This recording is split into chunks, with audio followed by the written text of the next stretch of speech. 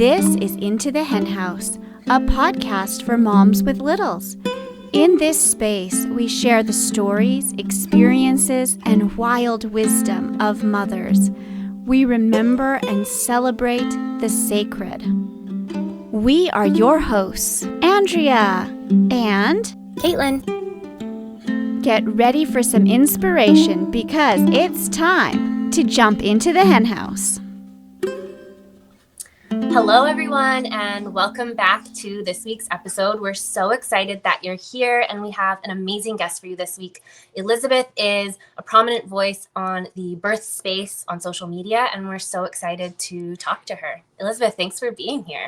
Thank you so much for having me, Caitlin. You're welcome. So tell us a bit about yourself. Who are you? Well, I am a mother to three beautiful daughters. I've been married to my husband for almost 10 years. I work as a massage therapist. I've been doing that for about 13 years now.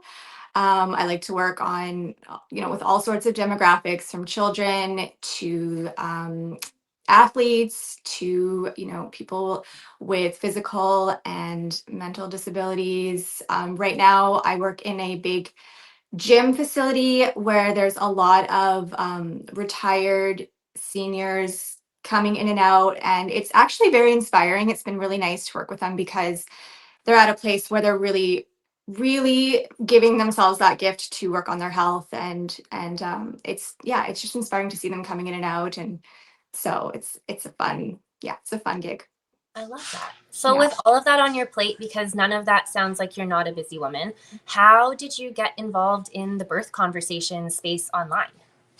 Okay, so I would say it happened very organically. I wasn't seeking that out necessarily. I've always been more outspoken and open about my lifestyle and choices that I make. And motherhood has just always been, I was a mother at a young age, so it's always been a part of my life and something that I share. And so when I was pregnant with my third baby, it was in such a interesting time too, 2020. And I think, I shared little bits about my pregnancy here and there, but I kept a lot of that to myself. I was very, very protective of my energy, especially what I shared online. And then once we did have our birth, I did put together a video and I posted that. And I think my intent was, whoever watches this, and hopefully a few people just kind of get out of it that birth can be really normal, a normal experience. You can do something so incredible and in 1 second, and then crawl into bed and and just love on your baby as a family together the next moment. So that was sort of my intent, but I was very overwhelmed with the response that I did get. Of course, in the age of social media, things can be shared and people comment, and it can escalate fast. So the response was, overwhelmingly positive. It was just so, I was so appreciative of that. So it did open the door for a lot of conversation. I got a lot of questions and just a lot of feedback.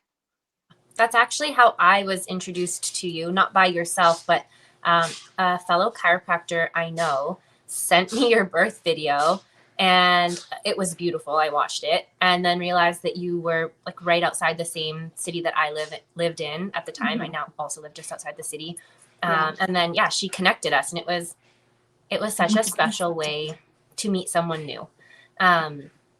You mentioned that you have three daughters, and it was your third birth that took this different turn, if you will.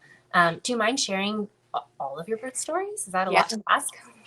No, it's not, of course. And I think with each birth, I've sort of taken something into the next. So it has been really interesting to see that in my journey personally. So with my first, I was 18 and not planning to get pregnant, and that's how life worked out. And it came at a time in my life where I've always been someone who's knows my body well. But when it comes to pregnancy and birth, that's that's a whole other level of knowing your body and knowing what you want and what's best for it. But I knew that that was something I wanted to pursue. Is was okay. What is what is best for me? What is best for my baby? And I did what I could to learn. But I did get in touch with a family friend who was a doula, and she offered her services, completely free of charge, which was just such a gift at that time, and something I'll never forget. And yeah, so her and I, we would meet maybe once a month, and we would just talk. We would just talk about what's going on, and emotionally and physically, and she would educate me, and she would take those opportunities to say, okay, like, let's dispel this fear. Let's talk about what's happening. Um, let's talk about what we don't know too. And lots of resources that I would go through. My mom had found me an obstetrician at the time, because I didn't have a doctor who was able to deliver babies. Birth, you know how it is. That was still the rhetoric that I was using back then. So um she just found, back when we had phone books and you would just go through the phone book, and she found him and was like, let's give him a shot. He had a clinic. It wasn't even convenient to get to for us, but maybe she just had a feeling about it. And sure enough, he was just such a sweet, gentle doctor. He had such a nice energy about him. And I don't know. I mean, I know I got such a rare gem. Um, but I was so blessed to have him. Every appointment, he just took so much time with me. And I just felt so protected and cared for in my pregnancy. It was very, I mean, there was stress and anxiety, but it was all around a very smooth pregnancy. And I worked up to the end. I was a server at the time, and I was just on my feet nonstop, so, which I think was good. And yeah, I went into labor, and um, I mean, it escalated quite fast, and I was just moving with it, pacing around the house. And did you want me to talk about, like, the labor and the birth? Yeah, Yeah. absolutely. I mean, Yeah. even Okay. now, it sounds like such a beautiful experience. Like, you don't hear that all the time through the system. So please continue. Yeah. Okay. So, I mean, that morning I actually had a stress test scheduled. So, because I was approaching 40 weeks, so that 40, no, I was already over 40 weeks. Sorry. I think it was like more like 41 weeks. And so, that's when they want to start measuring you and all of that stuff. So I had a stress test booked that morning, but I had woken up hours prior with, these just felt like menstrual cramps, right? And I think out of all of this, that was the biggest mystery. It was like, how is it going to feel? And I asked my doula, and I would ask my mom, it was just like this weird, like, we don't want to scare you. Yes, it hurts. We don't know how to explain it. You'll just figure it out and find out. And so this was it. I'm going to find out. And it just slowly got more intense, more intense. And I had to get out of bed, and then I had to move around. I had my ball I would bounce on, and I just, it was just more and more uncomfortable, more intense. And I was just pacing. I was living with my parents at the time. So I was downstairs, and I was pacing around the house, and they were like, okay, like, this is time. And I got in the shower at one point. That wasn't working, got out. I was just, and then my mom was, maybe we should call your doula. And I called her, and she was like, okay, sounds like things are picking up. We don't want to go in too soon. Because she knew I do not want any intervention, no medication. Um, I was set on that. So she made her way over slowly, but by the time she had got there, I mean, she saw me, she talked me through contraction, and realized, oh, it is go time for her. So grabbed my stuff, threw it in the minivan she drove us to the hospital, my mom and I was basically transitioning inside of her van, which is just such an awful experience. It's just not fun at all when you're clawing at the seat and you can't get comfortable. And We got there. The nurses, oh, it's your first. Oh, honey, and you're like, no, I am having this baby. I am bent over backwards. Like there's something coming out now. Like get me in there. I know I this might be my first, but I know what's going on. And well, and maybe I was doubting a bit, but yeah, they checked me and it was like, call her doctor. She is going to have this baby now. And he got there like in the nick of time, put his gloves on. I was pushing. Yeah, so I pushed for about 45-ish minutes and my water broke. I think he might have, yeah, my water broke. And, at that moment where it's like the head's coming out and you're just like, is this really happening? Oh my gosh, like there's just so much. Like, what am I, like, I'm not doing this. Like, there's no way. And you're just yeah, and my mom and my doula are like on the side like yes, like cheering, like high-fiving, and I'm like, no, like I can't do this, you don't understand. And they see that I'm doing it. And then she was, she came out. And I just it's just that moment where you're like, he was like, oh, it's a girl, and put her on me right away. And I'm just like, I don't know, because you're just, your whole life changes and you're just in love. And that's it, it's done. Yeah, it's like it's a sealed deal. And yeah, you're forever changed. So um everything was just so great. It was so smooth. He was so kind again, and he was followed up with me. And the nurses were really great. They, everyone, I was healthy, she was healthy. So I'm very fortunate for that. And it just made for a very smooth experience. And actually something unfortunate happened while I was in the hospital. My mom, so my doula left. She'd fulfilled such an important role, and it was time for her to leave. My mom stayed with me, and she actually experienced a very minor heart attack while she was rocking Isabel. We were actually, she was holding her, and we were thinking of what to name her. And we both had that name in our head. It was very bizarre moment. But and then yeah, she started coughing. She couldn't get enough air. And I was like, what the heck? So she was in the right place. And again, it was minor, but I think likely there was a lot of anxiety for her. And good stress, bad stress. It's a lot as a mother to see your daughter going through that, I think. And yeah, so I was like, okay.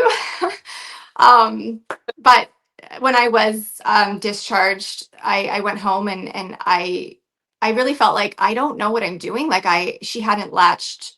Like every nurse kind of has their own version of what's a better latch, and I didn't have it right. And I didn't, suddenly you just like, how do I change a diaper?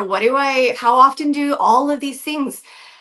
It just goes out, whatever you've learned. And I got home and I just set up camp in my room, and I dimmed the lights. I turned on some calming music, and I just said, I'm staying in here for the next week. I don't want to talk to anyone. I don't want to go anywhere. I just want to be with my baby. And we just laid there. And my doula brought me food, and at some points, and she held her for a bit while I could shower. But I just wanted to be alone with my little cub.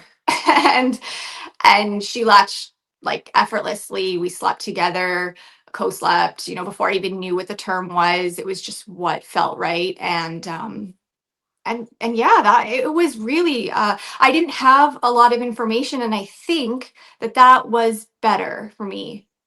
um yeah, especially, yeah, yeah, so that was my first birth. I think that it's amazing that on your first, without all the information, like how much was intuitive, and we'll talk more about that in a little bit. But I definitely think there's something to information overload. Yeah. Tell me about 2 and 3. Okay, so fast forward, I'm married now. Isabel is like 8.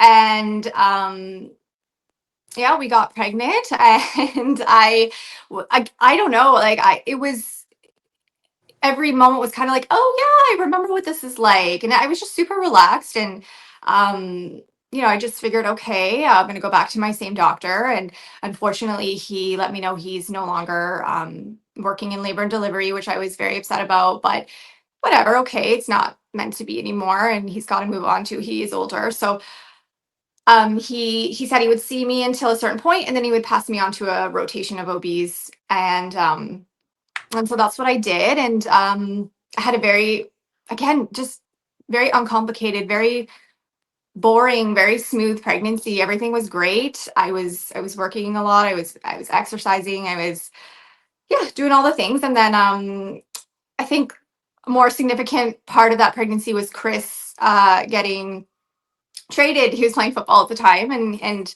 we got word that he had an opportunity to go to play for a different city. And that's just the nature of his job, and you take the opportunities when they come. And I wasn't, it's upsetting, but that's what you sign up for. So he went to Montreal, and which is about 3-hour flight away, about a month before I was expected to have Camilla. And so yeah, we kind of knew, like, okay, we'll see how this goes. And it's kind of out of our control. We just have to take it as it comes. And so yeah, I had a really, really good rest of the pregnancy. It was just nice to just be alone. And then one morning, it's the same thing. One morning I woke up, started feeling intense contractions. I thought, oh, okay, like, is this it? Because I had some Braxton Hicks too, or whatever you want to call them, leading up. And you're just not sure. You just, no, it's not time yet. And then it started getting more intense. So I ran myself a bath, because that was always relaxing. I get in the bath, everything slows down. I'm like, okay, this feels really nice. Yeah. Okay, it's time. I have to, like, actually get Isabella up and get her ready for school. So I get out of the bath and realize, okay, everything's picking up again. But I got to get through the day. So I'm getting her ready for school, getting breakfast ready, drive her to school. And I'm like, stop, like, red light, red light, red light, red light. Okay. And I'm like holding the contraction. I'm like, okay, okay. And then I was like, green light. And then Isabella's like, what is going on? I'm like, yeah. I'm like, probably gonna have a baby today. I don't know. We'll see. But I'm just trying to get you to school. Like, we'll figure out pickup. And she's like, okay, mom. Get her to school, drive back, just get home immediately. I'm like, okay, I need all my, like, comforting things, bounce on my ball, whatever. And yeah, it just kept going, picking up. And I did not want to tell Chris, because I didn't want him to freak out. I didn't want him to, he was actually in BC, getting ready to play a game the next day. So I was like, oh my goodness. Yeah, it's just so many moving parts. I'm just gonna move this because the sun is in my eyes. Yeah. Um, yeah. So, okay, where are we? Yeah. So So Chris is in well, BC. You don't want to tell him that you're deep in labor. no, I don't. I'm so scared. And he's like, this is his first. This is my second time doing this. This is his first. He's a father. It's a whole different experience. And I'm like, I got this. Like, I don't know. I want him to be there, but I know that I don't need him there. And I'm not trying, people had suggested, like, oh, well, why don't you get induced so that you can plan? And I'm like, no, like, absolutely not. That's just not something we would agree to do. It's not about that. It's not about curating the day for our sake. This is all about, what's best for our baby. And for us, that's not an option. So I just went through the motions. And yeah, so my doula had actually moved out of the country, and I had played around with getting a new doula, but I really, when you just have that attachment and that comfort and familiarity. So she was open to me, calling her at any point. So I shot her an email, and I was like, I think I'm in labor. I don't know. And she's like, Kate, why don't I call you, talk you through a contraction? And so she did. And I was like, I was waiting for her call. And I think I sat on the toilet, and my mucus plug had come out, and I was like, I don't know, like maybe it's just mucus, maybe this is just normal blood. Like you're just like the mental gymnastics I was playing with myself. And then I remember just I was in so much pain, and I was on all fours, and I wrote myself a note. I think I said like, "Dear God, am I in labor? Like I need an answer now." And she called at that point after, right after, and she's like, "Okay, let's talk you through a contraction." And I could barely talk to her. And she's like, "It's time, Elizabeth. You need to call your husband. You need to get yourself to the hospital if that's your plan." It's like, okay, okay, okay. So yeah, I called him. I'm like, I'm definitely in labor. I think I had let him know that I was just kind of experiencing some contractions, but I was like, no, this is definitely labor. Um, I called my mom. She came over to pick me up. She was like, "Oh my gosh, oh my gosh." And I was like, "It's okay. Like, calm down. Like, everything's fine. It's just going to be like last time." And meanwhile, he's like, he was, yeah, he was practicing with his team, and then they all knew like, okay, it could be any moment. So he just said like, "I gotta go," and like booked it across the field, left the stadium, hailed the first cab he saw. He was so flustered, just trying to get to the airport as soon as possible. He had like his wallet, his nothing, just with him, just a wallet and his phone.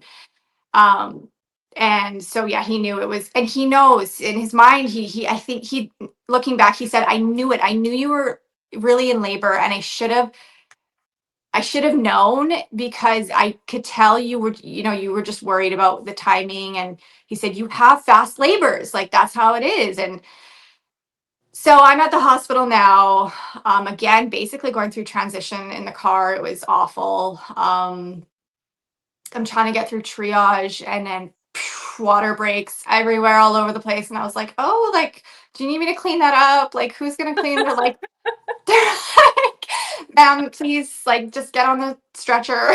I'm like, "Okay." And then it was like, oh my gosh, so, so, so intense. Wheeled me in, calling like this. She is going, it's go time. And it was, I had been seeing in the rotation one of the doctors. He was so, so great. I was so hoping it was going to be him, but it was another doctor. It was a woman. She brought a different energy for sure. But all in all, it was fine. It just happened so fast. There was really no time to be like, "I don't want this and I don't need that." And um, yeah, she shot out. She was fast. It was like 5 minutes, and it's just so funny how it really matches their personalities, really. And Camilla is just so high energy and intense, and she showed that for the first time. And I just like, yeah, got my baby girl again on my chest. And she's perfect. Everything was great. And then we FaceTimed Chris, and I was like, "Well, here's your baby girl. Here's your daughter." We didn't know what she was, so he just started crying. He was sitting in the. He's about to board the plane, and he was like, "What happened?" And yeah, I'm like, "Sorry, like everything's fine. We're good." And it's like, "Okay, I'll be there as soon as I can." So a couple hours later, he was there, and yeah, he just rushed in, scooped her up, and I mean, he's just such a natural dad. So it was just, it was like, okay, this is it. Like now we're a family of five, and it just felt very natural. So yeah, it was great. Number 3, you did things different. Yes, number 3. So again, it was a different time, right? Everyone was acting in their own way, and there was a lot going on, and I was trying to really, yeah, protect my energy. We had moved out to the country, and I just know from the beginning I had a strong feeling to that I wanted to. Well, first I thought I'm just going to be pregnant, and one day I'm going to go into labor and I'm going to have this baby. There was nothing else. There were no other factors. It was just that was the feeling I got. And then Chris was like, "Well, are you going to make an appointment with the doctor at all?" And I said, "Okay, yeah." Um, but my doctor had retired totally. Like he wasn't even seeing patients anymore. So I was like, "Well, what the heck? Like I don't know where to go," and everything was just weird. So I thought, okay, maybe I want to explore a midwife. So we went to the birth center. Mm-hmm. That's so bright, right? It's beautiful, but it's so sunny. It was a different time. Your doctor had fully retired. You didn't want to look for a new doctor, but maybe you looked into a midwife. Yeah, so we went to the birth center, and it was a good experience overall, but something just felt, it wasn't good or bad. It was just, I'm not giving birth here because we lived out of the city. We didn't have the option to have her come to our house, and Right. that's what I wanted. And so it was, well, you can birth at the birth center. And, we took a tour, and it was just a beautiful facility, beautiful. And I knew I wasn't going to birth here. So it was this weird, like, what am I feeling and why am I feeling that? Like, why can't I just, accept that this is a really great plan? And I just sat with it. And then, um, months went on. Well, I had a few more appointments, a couple more, and there were a couple of things that came up, red flags, and I was like, okay, like, they had said things about, had asked me, do you have something about, like, do you have big babies?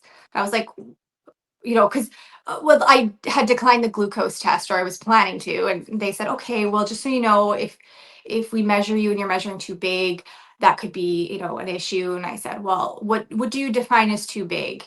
And it was like, well, what size babies do you have? And I'm like, well, my first was 8.5. And, oh, okay, so you have big babies. I'm like, well, yeah, like, what? I don't, it felt very, like, do I need to explain to you how this works? Yeah. Um, Compared to what? Big babies compared to.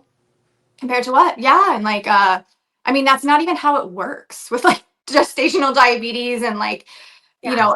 I'm healthy too. Like, I'm not, which is so interesting because never did my OBs. I think I did it the first time. Second time, I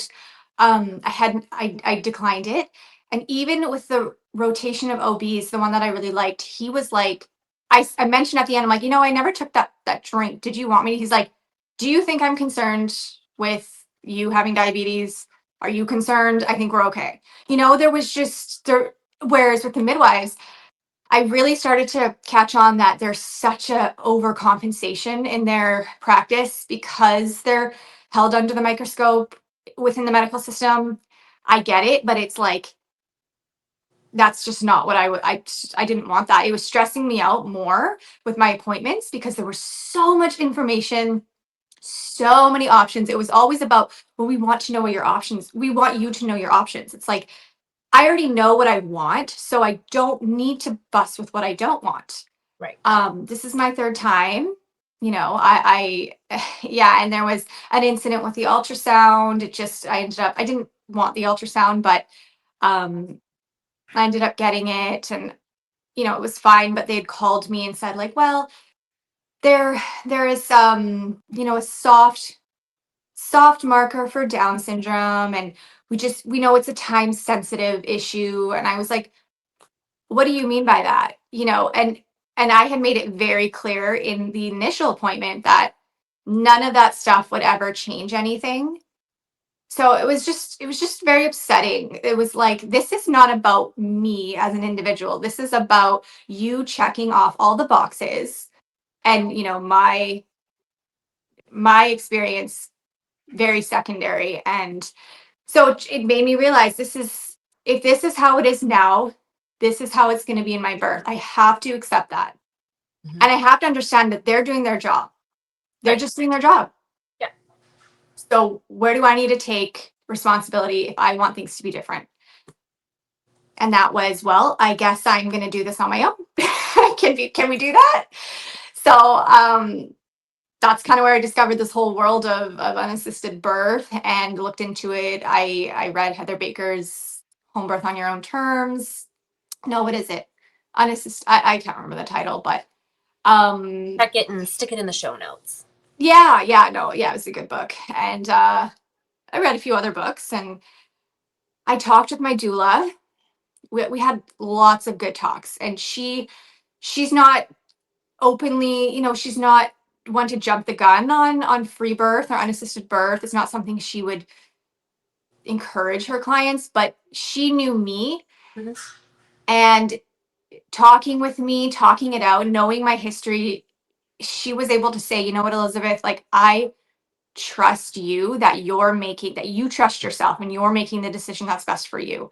And that was so validating, to just hear, another woman, another mother, and I had the support of my mom too. And there's that sun again. Hang on. Jeez. Musical chairs today. Yeah. So I had support from the people that mattered the most to me, which was, yeah, that doula, my mother, my husband. Of course, he was hesitant when I turned to him one day and was like, I just want to do this on my own at home.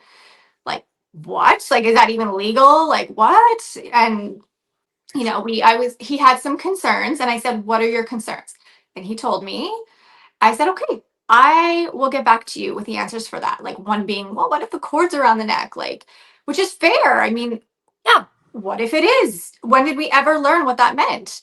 And so I said, okay, I'm going to come back to you with that information, and we will go through everything, and we will prepare ourselves for this, as many scenarios as we can think about. And we got in touch with the support you used Mhm. for your birth, I think. We got in touch with them, and we met with them, and we went over a lot of things. And um, we had that support in the background, and they were willing, if at any time we wanted to call them, they were there for us. So I feel like we cultivated a really, really good plan, and we both felt great about it. It made for such a smooth pregnancy. I remember just calling my midwives one evening after their hours, so I could just be like, yeah, so you can just discharge me from your care. I no longer need you. Let me know if there's anything you need me to sign. And that was that. And it was just a huge weight lifted off on my shoulders, to be honest. And then, yeah, smooth sailing. We just got the supplies we wanted and prepared. And then one morning, well, there was the week before, I woke up, had those same contractions. I was thinking, oh, is this time? I'm like, I don't think it's time. And Chris was like, oh my gosh. Is he still playing football at this point?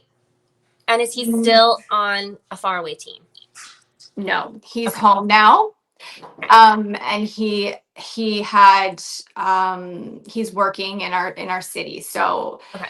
he had actually, it's so interesting how it worked out, but he had taken time off, and that happened to be the week that I went into labor. It was such perfect timing. We had spent the whole week together. And then um yeah, so I had those contractions a week before, and they diminished by the morning. It turns out it wasn't labor.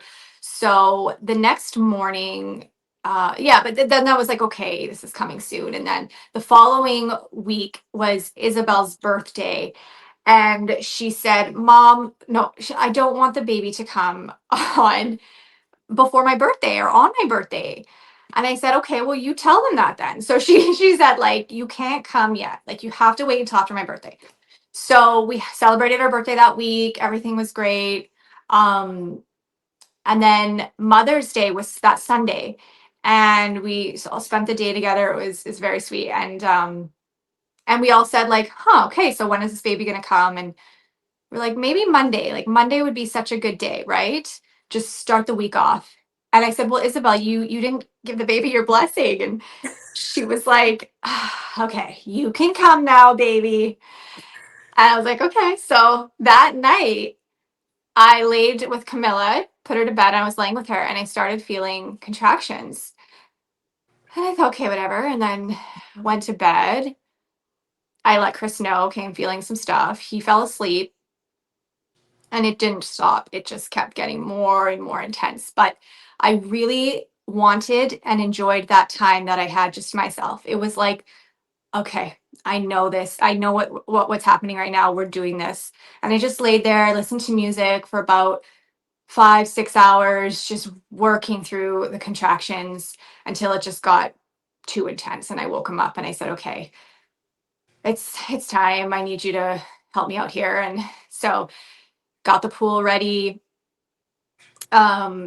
yeah, I got in. I was only in for maybe 2 hours. It was a lot for Chris because he was maintaining the water temperature, and oh my gosh, he would hold me and let me squeeze him whatever during a contraction, and then he'd make sure I got something to drink, and then he would run downstairs and get pots of boiling water, and then the kids were up, and it was like I was just gonna make them some toast, and he was just unbelievable. And yeah, so All I the mean, yeah, all the hats. Yeah. all the hats. Yeah, I just did my thing, and then you get to that point where I was like, okay, baby's coming. I threw myself over the edge of the pool. I wanted to get out. She shot out, I don't know, like a minute. just like, yeah. And so yeah, she was out. She's screamed and cried and flailed, and it was just like, okay, here we go again. And it was great. We piled in the bed, and the girls, we didn't have a name, so we all just were like Googling names. Like I've never been one to like think of a name and have some special meaning. We just, yeah, Chris actually named Natalie. I named Camilla. So Beautiful. yeah. Okay. So you've had 3 incredible pregnancies, labors, deliveries. You have a beautiful family, and you've also now written a course, a book. You tell me the right word for it, about birth. I have to imagine that stemmed from your experiences, but please tell me, why did you or how did you decide to make your course? Tell us about it. So after I shared my birth video, I said I got such a response, such an overwhelming response. My DMs were filled with questions, and the comments were so beautiful to read. Just I yeah, I was, yeah. So okay, but then it was just like all these questions, and the biggest one, to be honest, was how do I get my husband on board? How do I get my husband to respond that way and to support me that way? And how do I talk to my midwife about this? How do I know if I want to do, birth unassisted?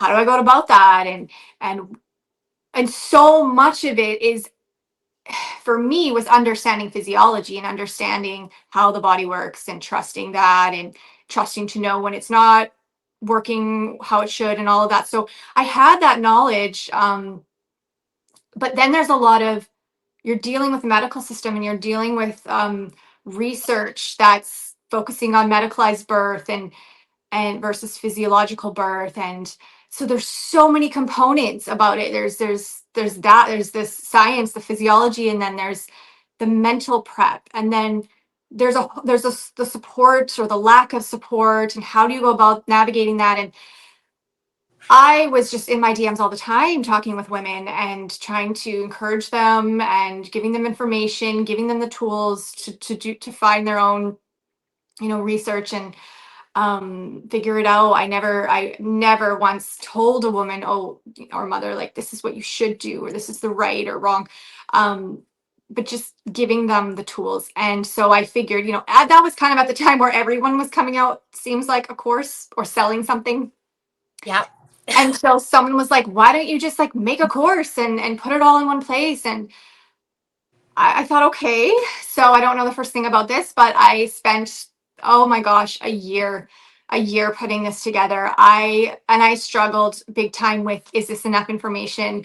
Um, what I need to add this, I need to add, what about this scenario, and all of these things. And I finally completed it. And I feel like I was really making it for specific mothers that I had really, had developed such a nice relationship with.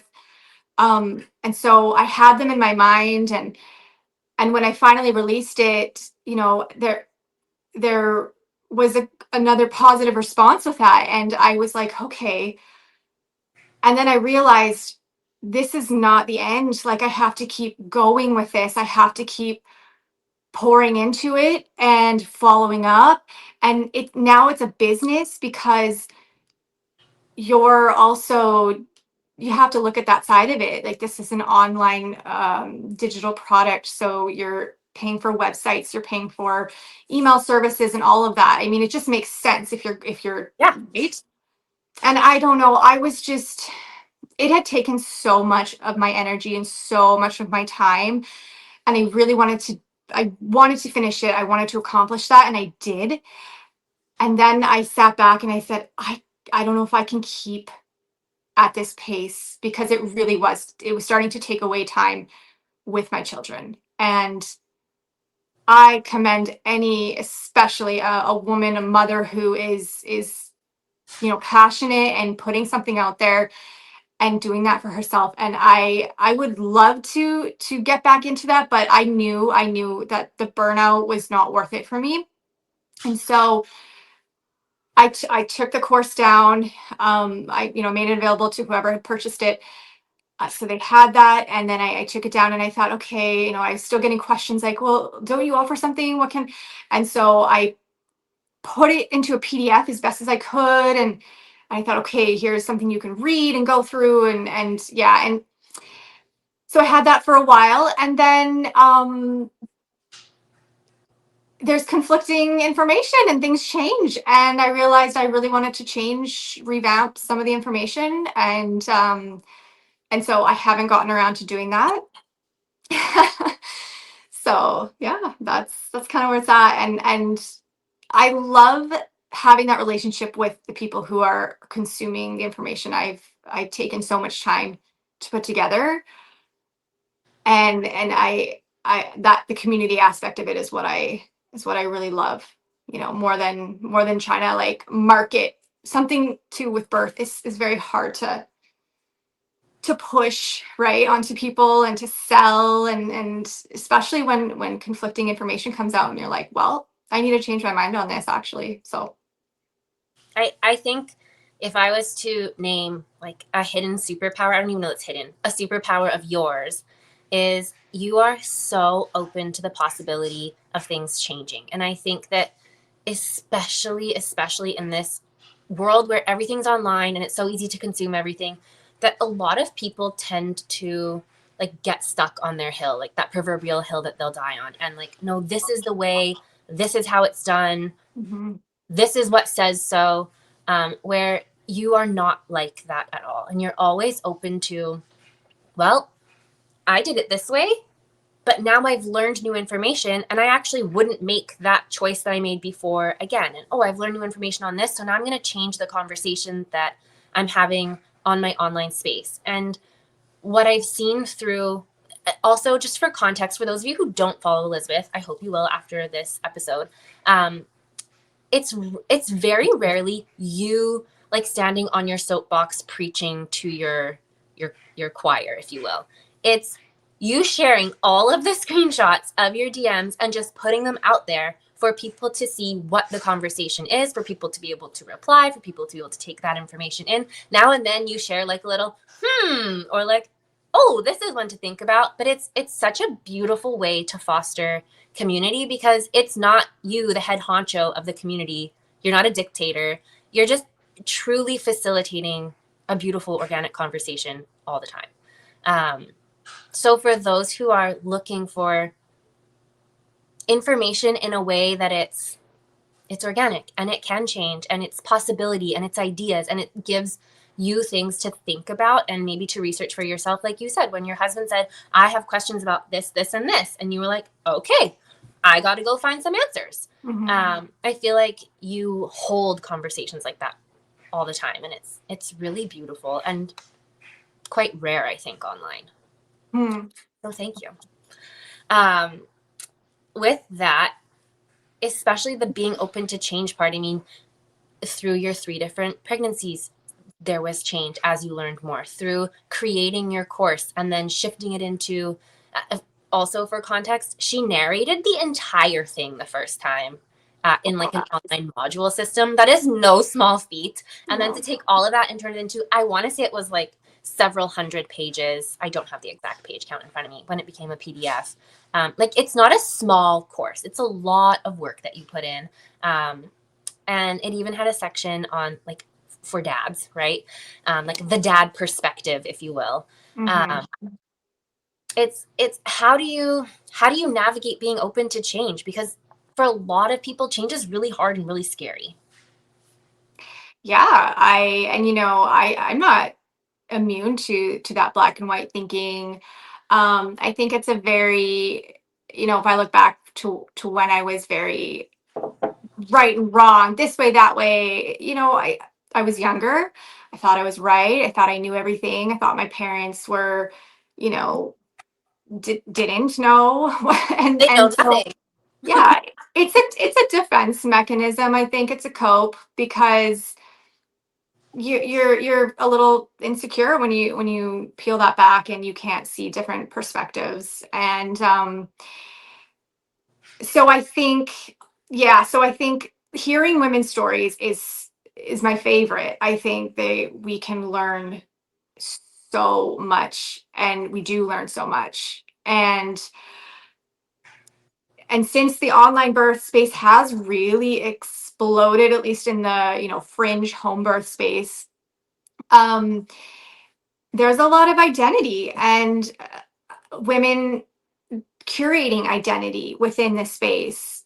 It's like, oh, you home birth and I bake sourdough and it's just kind of becomes this selling point. And it's not bad. It's just that we, yeah, I think there's a lot of identity behind it. I birth at home, right? And so, um, and I also think when it comes to changing your mind, I think women, we can struggle with holding two truths at the same time, two opposing, what feels like opposing truths that, um, and the most obvious example right now, I'm going to bring it up, is the discussion around water birth and how there are risks we're not considering. And so it is seemed like this attack on women who have poured so much identity into their home birth, specifically their water birth. And so when you go and tell them, like, hey, there's some things we have to consider here that we didn't, it's like it feels as though we're saying, and it's like, so you're saying I didn't make the best choice for my baby? You're saying that I put my child at risk? Like, it's hard to fix that. And you can have had a beautiful experience birthing in water, and there's some stuff we have to consider, that didn't give us or our baby the best possible chance if physiological birth is our goal. So it really is just you have, and a lot of that is just perspective and hearing other perspectives and being willing to look at information and turn down the emotions, because everyone gets very, very emotional online. And you got to turn up the logic a little bit. We have to be able to, stories are important, and we have to look at what's going on, and there are answers to things. This Right. whole birth is such a mystery. um you know what, it's a mysterious process, but there are answers to things even if we don't always know them. Right. um the body is, it does work, and there's a lot of explanations for things.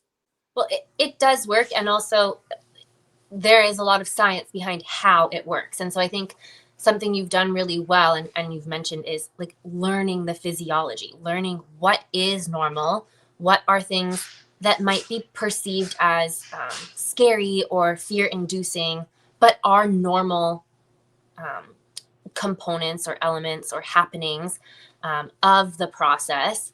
And then looking at weighing those pros and cons for what best aligns with your goals, your values, and what you want out of your labor and delivery. And I think with that is a huge piece of that. I'm going to call it like a home birth medal. Like, I was in a business course recently, and she talked about is the reason that you're seeking that new certification because you genuinely want the information, you think it's interesting, and you think it's something that would add value to what it is that you do? Or is it because you feel like that certificate would give you a higher standing? And I think that we have to ask that with home birth as well. Like, is the reason that you want to have a birth at home unassisted because that's what best aligns with your goals and values, or because like it kind of feels like a podium you get to stand on to say, well, I had a home birth, and I am someone who did birth at home because it aligned with my values. And if it hadn't, I would have made a different choice. Like it didn't come from a space of, no, I have to do it this way to prove something to someone or to myself. And in looking at what I've learned since, I labored in a tub for a while. I wouldn't make that choice again. I can distinctly see I was uncomfortable. It made things that were progressing very fast seem to take forever after. And now knowing what I know now, that yes, because that's what happens. And so, yeah, you have to be open to change, and you have to be able to look at why are you wanting to do things that you're wanting to do. Yes. Which is not always easy. And you're right. It takes a lot of looking at the emotion and looking at what does it mean about me if I do change my mind. Mm-hmm. Which is Yeah. not. Yeah, I get it. Changing your mind is not always easy. No, it's not. It's humbling, and you really have to surrender your ego a lot and your pride. So Yes. Yes. but the older you get, the more mistakes you make, and as a mother, the longer experience you have as a mother, you make mistakes, and you learn to humble yourself and to put your ego aside. You get used to it. So okay, fine, I'm going to change my mind on this too. So Yeah, and I feel like it's like anything else. The more you practice it, the easier it gets. So yeah.